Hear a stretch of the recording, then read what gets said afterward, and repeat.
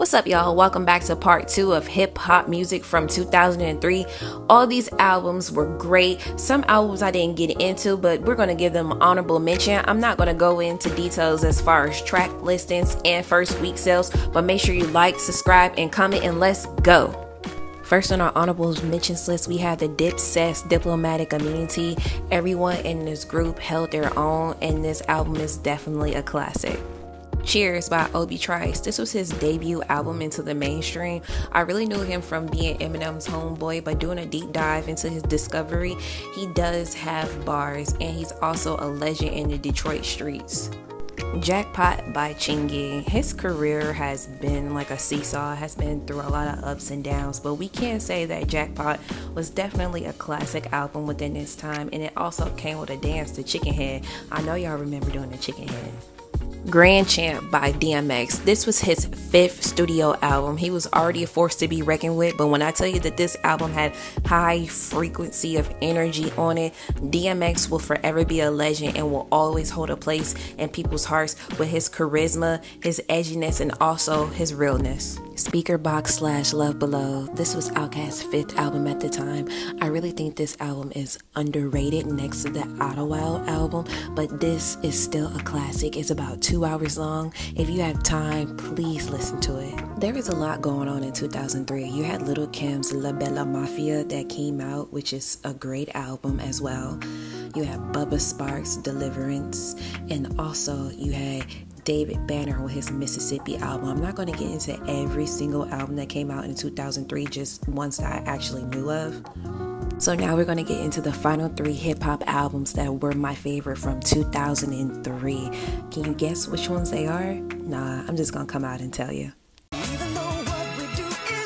still hustle till the sun come up. Crack a 40 when the sun go down. It's a cold winter. You better bundle up. Then I better be a hotter summer. Grab a Philadelphia Freeway by Freeway himself. This album came out February 25th, 2003. It sold 132,000 copies its first week, landing at number 3 on the R&B hip hop charts and number 5 on the Billboard 200 charts. Over time, it has sold over 500,000 copies.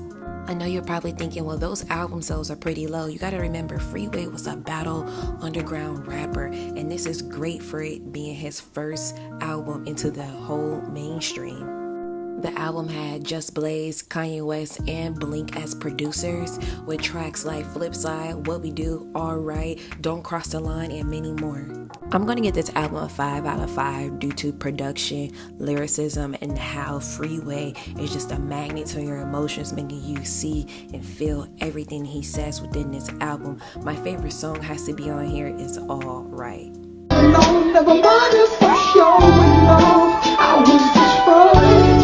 You know I want you, baby. I'm ready to bury on the lessons I'm carrying on. The Neptunes presents Clones. This album was beyond phenomenal. It came out August 19, 2003, selling over 250,000 copies its first week, and also over time selling over 500,000 copies.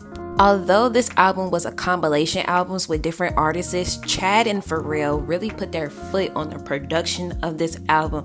My favorite track on here has to be Good Girl, but other tracks like Hot Damn, Frontin', It Was Just Us are still hitters to this day.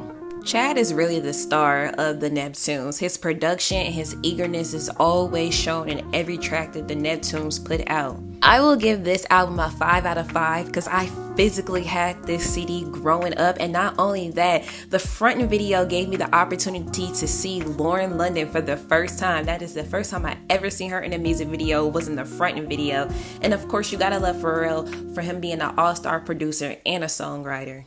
I'm like, I'm not a biter, I'm a writer for myself and others. I say big verse, I'm only picking up my brother, picking up my barrel. I'm big enough to do it, I'm that barrel. Plus I know my own flow is foolish. So the rings and things you sing about, bring them out. It's hard to yell when the barrel's in your mouth.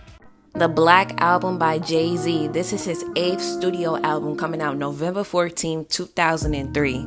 The Black Album debuted at number 1 on the Billboard Top 200, selling over 400,000 copies its first week. and giving Jay-Z a 3-time platinum album, selling over 3 million copies. This was around the time that Jay-Z said that he was the best rapper alive and that he was going into retirement. The Black Album had all-star production from Rick Rubin, Kanye West, Just Blaze, and DJ Quick. I'm not gonna lie, this album is a 10 out of 10. This is another album with no skips, play it all the way through. My favorite song on here has to be either Encore or What More Can I Say. As an adult listening to this, I played this so much in my truck at one point that the fucking CD got stuck in the CD chamber. With that being said, let me know what your favorite Jay-Z album is. Mine is the Black Album and also the Blueprint 3.